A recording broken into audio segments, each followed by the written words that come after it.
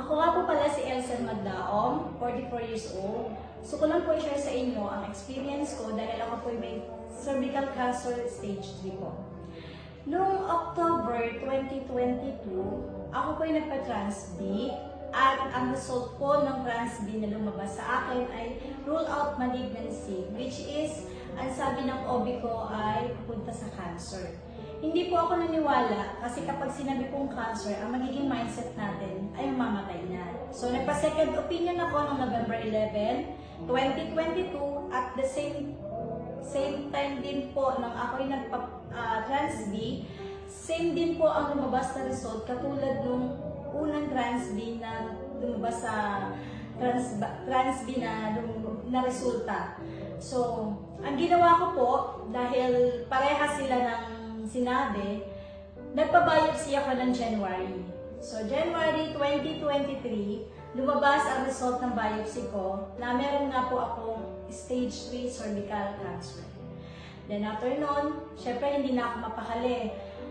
Noong October pa lang, ginawa ng nanay ko, bumili na siya ng barley, spirulina. 4 months akong nag-take ng dalawang product na yun. Pero hindi talaga nawala ang heavy bleeding at sobrang sakit na nararamdaman ko.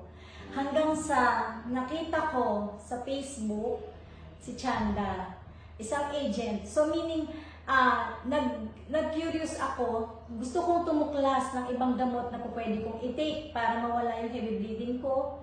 Ayun nga, nakita ko yung number ng agent at si Chanda yun. Kinontak ko siya. Then walang kaabog-abong kinabukasan, pumunta siya. March 29, 2023, nang nag-start akong mag-take ng Dear Placenta.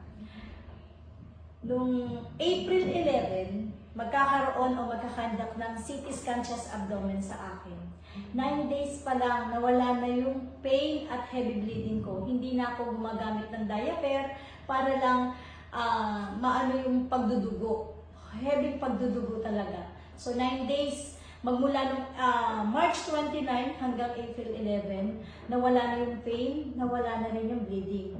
Then nung araw ng CT scan ko, nung April 11, sinalang na ako sa laboratory ng CT scan. At doon nung ika-4 na labas-masok ko sa lab, lumabas ang doktor at tinanong ako kung ako ba daw na chemotherapy o na radiation. Ang sabi ko po ay hindi.